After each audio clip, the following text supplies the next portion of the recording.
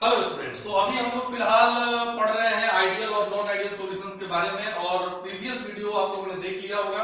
अगर नहीं देखा है तो आप एक बार फिर से देख लीजिए उसको, क्योंकि उसके बाद आपको ये वाली जो बात है मेरी समझ में आएगी।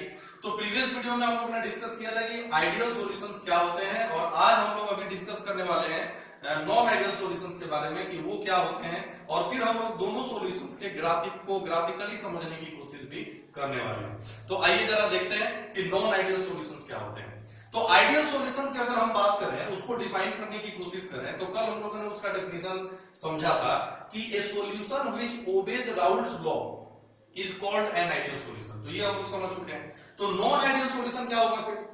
तो आप समझ जाएंगे कि नॉन आइडियल सॉल्यूशन वो होते हैं जो राउल्स लॉ को फॉलो नहीं करते हैं, उसको ओबे नहीं करते हैं। यानी a solution which doesn't obey Raoult's law is called a non ideal solution. तो डेफिनेशन तो क्लियर है, लेकिन अब हम लोग आगे इसमें और कई सारी चीजें समझने की कोशिश करेंगे। सबसे पहले एक दो एग्जांपल्स देखते हैं। जैसे मान लीजिए कि आप अगर बनाना चाहते हैं तो एसीटोन एंड बेंजीन का जो सॉल्यूशन होता है वो एक नॉन आइडियल सॉल्यूशन होता है। इसके अलावा और भी बहुत सारे एसीटोन ऑफ CH2 यानी कार्बन डाइसल्फाइड का जो सॉल्यूशन होता है वो भी नॉन आइडियल सॉल्यूशन होता है। इस तरह से आप सर्च आउट करेंगे, आप बुक्स वगैरह देखेंगे तो बहुत सारे आपको एग्जांपल्स मिलेंगे जो नॉन आइडियल सॉल्यूशन के होते हैं। लेकिन यहाँ पे जो हमारा समझने वाला या जो कॉन्सेप्चुअल पॉइंट वो ये है कि जो नॉन आइडियल सॉल्यूशंस होते हैं उनमें क्या होता है। ठीक है, तो आइए जरा हम लोग समझने की कोशिश करते हैं।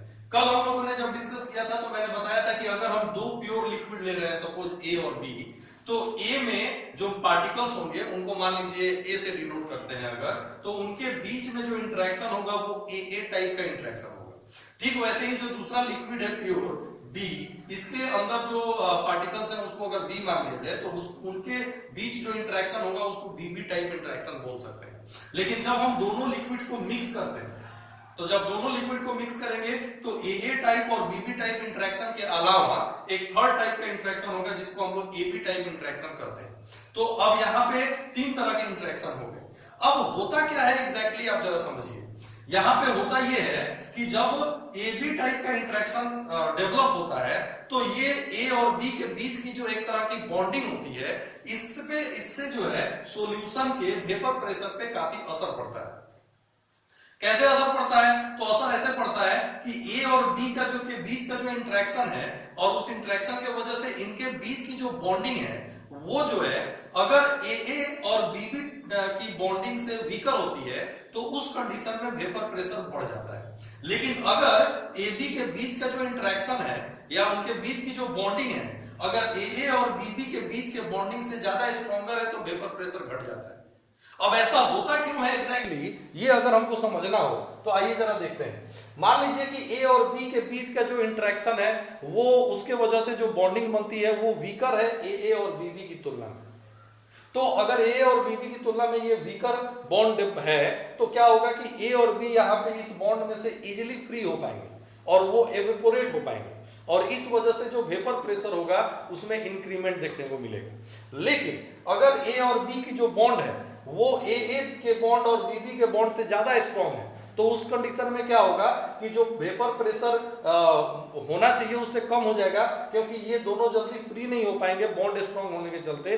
तो एवेपोरेशन की जो रेट है वो कम हो जाएगी, जिसके वजह से वेपर प्रेशर क्या होगा वो डिक्रीज हो जाएगा। तो ये आप समझ गए होंगे। अब आइए हम लोग जरा ग्राफिकली समझने की कोशिश करते हैं आइडियल सॉल्यूशंस और नॉन आइडियल सॉल्यूशंस को, उससे आपको और ज्यादा क्लियर होगा। ग्राफिकली जरूर समझने की कोशिश करना चाहिए जहां पे भी पॉसिबल है। तो फॉर आइडियल सॉल्यूशन, सबसे पहले मैं आइडियल सॉल्यूशन जो होते हैं उनके लिए आप यहाँ पे ग्राफ आपको समझा रहा हूँ। फॉर आइडियल सॉल्यूशन, सपोज हम एक ग्राफ ड्रॉ कर रहे हैं आपके लिए। यहाँ पे ये एक्स एक्सिस हो गया, ये वाई एक्सिस हो गया। इस पे एक्स एक्सिस पे मोल फ्रैक्शन रख लीजिए और इधर जो है वेपर प्रेशर रख लीजिए। तो आइडियल सॉल्यूशन के केस में क्या होगा, मान लीजिए कि हमारे पास दो लिक्विड है ए और बी। तो शुरू में क्या है कि अगर ए प्योर है यानी इसका ये पूरा का पूरा ए है, तो पूरा का पूरा अगर ए है तो जो भी वेपर प्रेशर दिखेगा वो ए का दिखेगा, और बी का यहाँ पे मोल फ्रैक्शन 0 मान लेते हैं ताकि प्योर ए का वेपर प्रेशर हम नोट कर सकें। तो यहाँ पे मान लीजिए कि यहाँ से ये वेपर प्रेशर ए का हो गया और ये वेपर प्रेशर ऐसे हम यहाँ तक ऐसे धीरे धीरे डिक्रीज करते हैं। डिक्रीज क्यों कर रहे हैं? क्योंकि ए का जो मोल फ्रैक्शन है वो धीरे धीरे हम घटाएंगे और बी का मोल फ्रैक्शन जो है वो बढ़ाएंगे। तो अब बढ़ते बढ़ते क्या होगा, बी का जो मोल फ्रैक्शन होगा आप जानते हैं कि वो चला जाएगा, बढ़ के 1 तक हो जाएगा और इसका घटते घटते 0 तक हो जाएगा। तो इस कंडीशन में जो वेपर प्रेशर आएगा वो टोटली बी जो कंपोनेंट है उसके वजह से आएगा। तो ये जो है बी का वेपर प्रेशर कुछ ऐसे मान लीजिए कि है। तो ये हम लोगों ने ए का वेपर प्रेशर और बी का वेपर प्रेशर इंडिविजुअली देख लिया।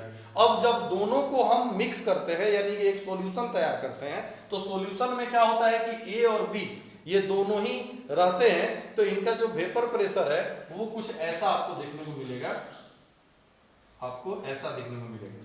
तो ये राउल्ट्स लॉ कहता है, राउल्ट्स लॉ कहता है कि ये वेपर प्रेशर जो है ऐसे होना चाहिए, ठीक है, ये वेपर प्रेशर ऐसे होना चाहिए। और आइडियल सॉल्यूशन के केस में क्या होता है कि जो एक्सपेक्टेड वेपर प्रेशर है by the help of Raoult's law, वही वेपर प्रेशर आपको देखने को जो लगभग मिलता है, उसमें कोई आपको ज्यादा चेंज देखने को नहीं मिलता है। तो जो वेपर प्रेशर राउल्ट्स लॉ कहता है कि वेपर प्रेशर जो जितना होना चाहिए, आइडियल सॉल्यूशन के केस में वेपर प्रेशर उतना ही देखने को मिलता है। लेकिन अब अगर हम बात करें for non ideal solution, for non ideal solution, तो नॉन आइडियल सॉल्यूशन की अगर हम बात करते हैं तो उस कंडीशन में क्या होगा कि यहां पर मैं पहले दो ग्राफ आपको बताऊंगा, ठीक है। तो यहां पे जैसे हमारे पास दो लिक्विड है ए और बी, ए का mole fraction x is equal to 1, B का mole fraction x2 is equal to 0 initial. तो अब यहां पे क्या होगा कि ये मान लीजिए कि होना चाहिए लिक्विड, पहला जो लिक्विड है उसका वेपर प्रेशर और दूसरा जो लिक्विड है उसका वेपर प्रेशर कुछ यूं होना चाहिए, ठीक है। ये मान लीजिए कि ऐसा होता है, तो ये हो जाएगा x1 is equal to 0, x2 is equal to 1।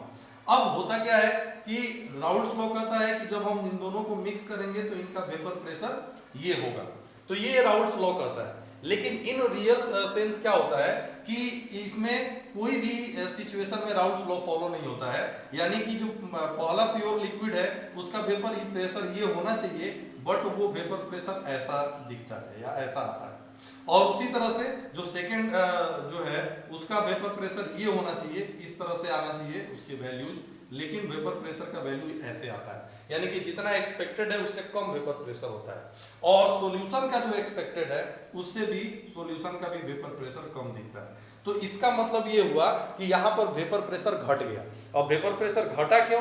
क्योंकि आप समझ गए होंगे कि जो इंटरेक्शन है ए बी वो स्ट्रॉन्गर है, जिसके वजह से इवेपोरेशन की रेट जो है वो कम हो गई और वेपर प्रेशर डिक्रीज हो गया। इस तरह के केस को हम लोग कहते हैं negative deviation from Raoult's law.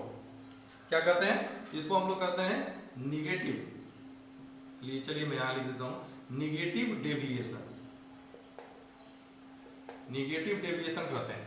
लेकिन अब एक दूसरा भी केस हो सकता है पॉजिटिव डेविएशन का, यानी कि जितना एक्सपेक्टेड है उससे ज्यादा वेपर प्रेशर आता है। जैसे मान लीजिए कि हम यहाँ पर दो लिक्विड ले लिए ए और बी, ए का मोल फ्रैक्शन 1 से स्टार्ट कर रहे हैं, बी का हम स्टार्ट कर रहे हैं 0 से। तो ए जो है कुछ ऐसा मान लीजिए कि शो करना चाहिए, बी का जो वेपर प्रेशर है वो कुछ ऐसा शो होना चाहिए, लेकिन और सॉल्यूशन का जो वेपर प्रेशर है वो ऐसा शो होना चाहिए। लेकिन इन रियल सेंस ए का वेपर प्रेशर ऐसा शो हो रहा है, बी का वेपर प्रेशर ऐसा शो हो रहा है और सॉल्यूशन का ऐसा शो हो रहा है।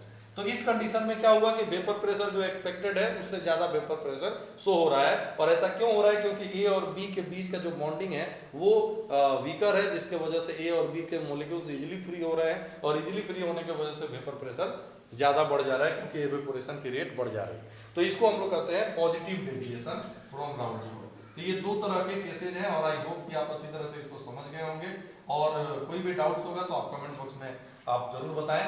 तो आई होप कि ideal and non ideal solution जो है इसको आप लोगों ने समझ लिया है। और अब हम लोग इसमें जानेंगे कि इन दोनों के बीच डिफरेंस क्या है। तो वेट कीजिए नेक्स्ट वीडियो का, और उसमें हम लोग फिर से एक बार आइडियल और नॉन आइडियल को समझते हुए इनके बीच के डिफरेंस को समझने की कोशिश करेंगे। तो मिलते हैं इन द नेक्स्ट वीडियो।